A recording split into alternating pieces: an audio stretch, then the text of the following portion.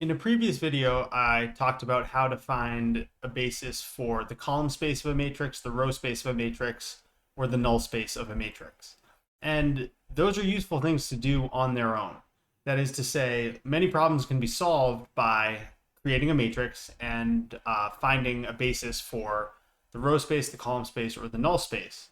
So it's a useful technique on its own, and here we're going to see a first example of how we can take our knowledge of that technique and expand it to lots of different situations. And in particular, we're going to see that we can find the basis for the span of any finite subset of a vector space. So let's see what I mean by example. All right, so I am working in R4 right now in this first example. I'm trying to find the span of this set of four vectors, or I have these four vectors. I'm interested in the span. I know that the span of any set of vectors is a subspace of R4. I want to know a basis for it. Now, there's no matrix here, right, inherently, but it turns out I can use the techniques from that previous video to find a basis for the span of this subspace of R4. All right, so I have two options. Option A, or I guess option one, or it probably should be option R for reasons that will become apparent, is I can take these vectors and make them the rows of a matrix.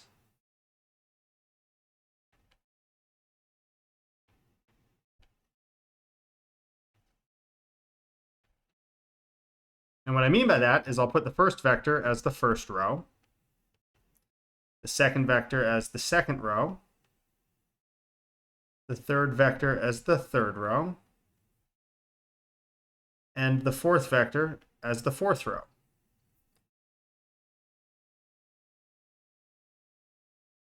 So I'll take my vectors, I'll put them into a matrix, and I'll convert it to reduced row echelon form. Now I've already done this before making the video because that's not the point of this video. I could do this using Gaussian elimination. I could do this using software. And what I end up getting is the following.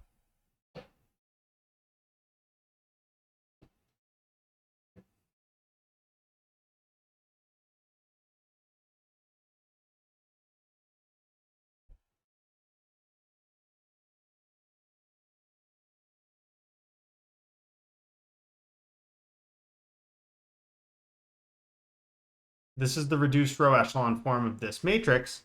I can identify the pivots.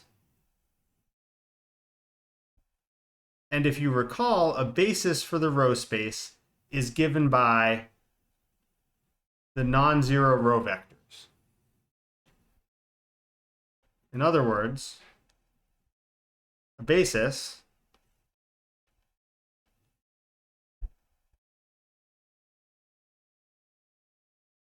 is the first row, and we're writing everything as columns, right? Even though we're thinking we're working in R4 as column vectors, I just put them as rows of a matrix to use this technique. I know that a basis of the row space is this, and in particular, the row space is exactly the span of these vectors because I took the vectors and I made them the rows of the matrix.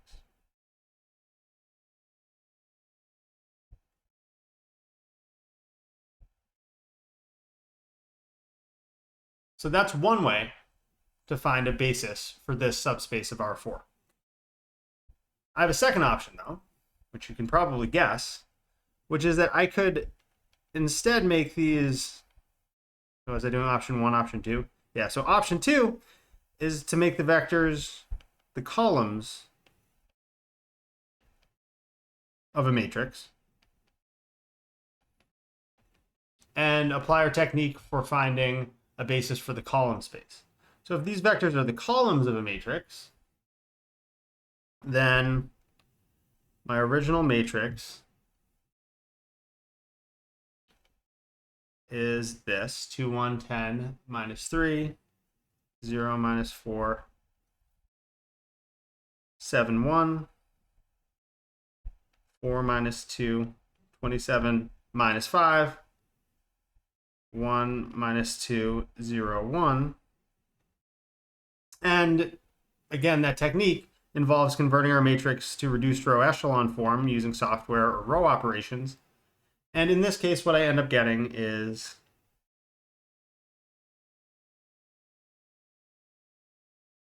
the following.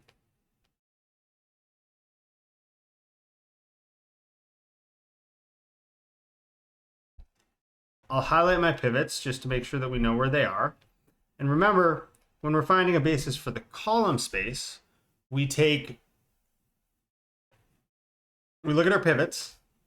Our pivot columns are 1, 2, and 4, and we go back to the original matrix and take those columns. So another basis in this technique is column 1, column 2,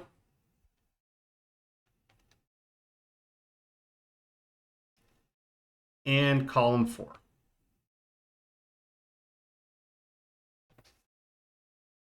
So 2 options for finding a basis for the span of a set.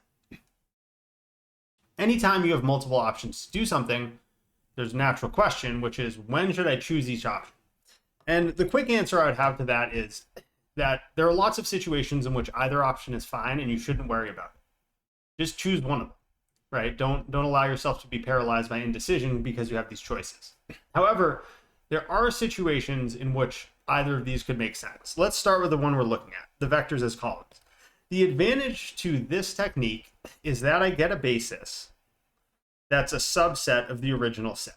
So essentially what I've done here is I've taken my original set and I've eliminated this vector as redundant in that it can be written as a linear combination of the other 3. And that can be a positive thing to do. For example, we had an application problem earlier in the semester where a farmer was trying to choose some fertilizers or combine fertilizers in order to get a certain ratio of nitrogen, potassium, and sodium. And you can imagine that if the farmer were working with fertilizers that didn't have, that you kind of had a bunch of different fertilizers and wanted to choose some subset of them, to get any combination they wanted, they would want to actually be choosing one of those fertilizers. That is to say, this technique would result in them deciding on a subset of the fertilizers that was useful to them. Whereas this other technique would result in them saying, well, yeah, these tell us things I can make with these fertilizers, but it doesn't really tell me how to do it, right? Whereas here it says which fertilizers to use. So there are lots of situations in which what you really want to do is reduce your set of vectors, whatever those vectors represent, to a subset, which produces the same span. In that case, writing your vectors as columns makes sense. So what about this technique? Well, there's a very distinct advantage to putting your vectors as the row of a matrix. So we can see that I can add, I'll point out that there's a vector in the span. So if we look at this vector,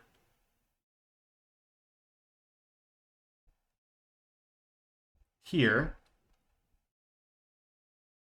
this vector is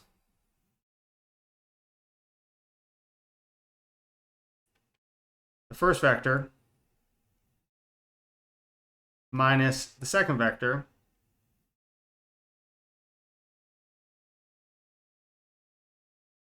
no, that's wrong. It's the first plus the second minus the fourth.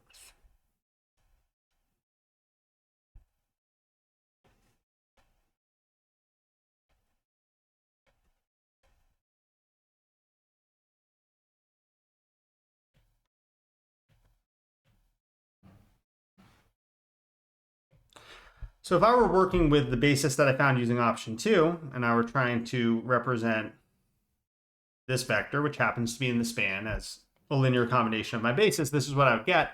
And it's not really obvious how, we know how to come up with this. We would set up a linear system and so forth.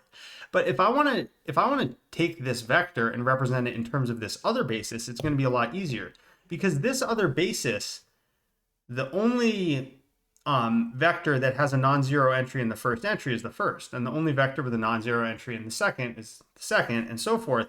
And this is always what's going to happen when you take this approach. Because you're picking the rows from reduced row echelon form, and because reduced row echelon form, your pivots don't have anything else in the non-zero in their columns, what's going to end up happening is that it's really easy to write a vector as a linear combination of those things. For instance, if I want to take this vector, 1, minus 1, 17, minus 3, and write it as a linear combination of these three vectors, well, I need to take 1 times the first vector. That's the only way to get a 1 in the first entry. And I need to take minus 1 times the second vector. That's the only way to get a minus 1 in the second entry. And then to get a 17 in the third entry, I need to add 17 times the third vector, because that's the only way to get a 17 in the third entry. And then you can confirm that this all works out. That is, that the fourth entry, when you work it all out, ends up being -3. And this can be really useful. If we've used this technique, putting the vectors as the rows of a matrix, what we end up with is this basis that's really easy to work with. It's easy to represent things in the span as a linear combination of those vectors, and it's also easy to check if things are in the span. Because with a similar logic, if you were unsure whether this vector was in the span, well, the only way that it could be in the span is with this linear combination for the same reasons I just said. And you could just check that the remaining entries worked out correctly. So 2 different techniques, different benefits. This ends up with a basis that's easier to work with. This ends up with a basis that's a subset of the original set. All right, so I have one more example to show that this technique extends even beyond Rn, which is to say what happens when we work with a vector space that's not Rn, and we'll look at a polynomial space. So I'm going to look at this set. It's a set of polynomials that are all contained in P2. And so the span of this set is a subspace of P2, polynomials of degree 2 or less. I want to find a basis for this subspace. And to find a basis for span of S, what I'm going to do is I'm going to use this notion of representing each vector in this case, R3.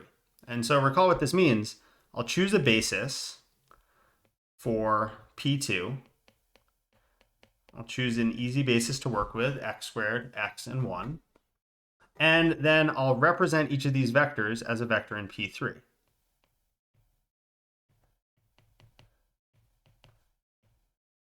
And just if you need a quick refresher on this, this is saying that these are the coordinates of attached to each of these powers of x, right? So the coordinate on x squared is 0, the coordinate on x is 1, the coordinate on the constant term is -2. And so I can do this for all 4 vectors. Let's scroll down so we can see all these vectors. So if I take this polynomial, when I represent it as an element of R3, I get this. When I represent this as an element of R3, I get 1 minus 4, 4. And then finally,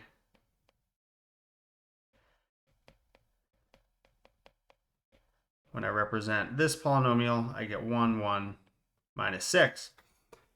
And now what I can do is I can just answer the question for these vectors.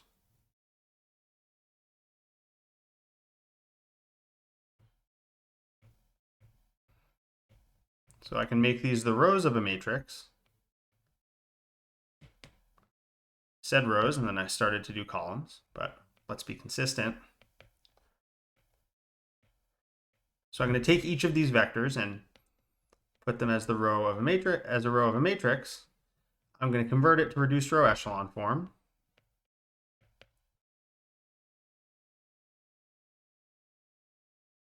And I'm going to get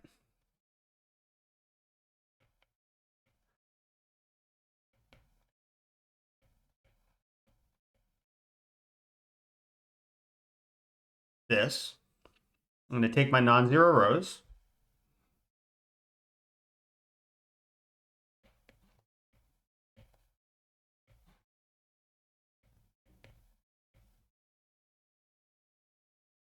This is a basis in R3, but I want to go backwards. So I want to kind of take the inverse of rep B. So I want to do something like this, rep B inverse of 1, 0, minus 4. And again, this looks more complicated than it is. It's just saying what polynomial gives us this representation. Well, we want 1 on x squared, 0 on x, and negative 4 is the constant term. Rep B inverse of 0, 1, minus 2 is x minus 2. And so this is saying that these two polynomials form a basis for the span of S. So just quickly summarizing what I just did, I'm trying to work with vectors and figure out a basis for the span of these vectors, which live inside a polynomial space. I convert them into R3 in this case, because P2 is a three-dimensional vector space, using this notion of rep B, and I specified a basis. I take these vectors and I work with them just in the same way as I would work with any other vectors in R3, and then I go backwards. I turn these back into polynomials, and this gives us a basis for the span. And I'm not going to include it in this video. I'll maybe leave it as an exercise where you could think of it. You could do the same thing as columns.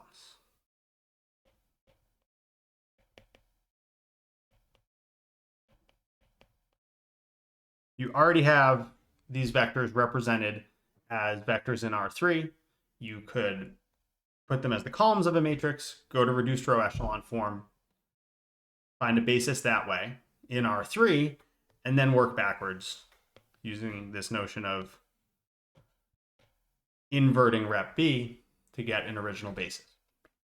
Okay, so hopefully that video was helpful, both in showing you how to do problems like this, right? How to, given a span of a set, how to find a basis for that span, but also hopefully it convinced you that this thing we've done here, where we're working with the row space, the column space, and the null space of a matrix, that it's much more general than it may initially seem. It allows us really to find the basis for the span of any set of vectors that we would want to work with.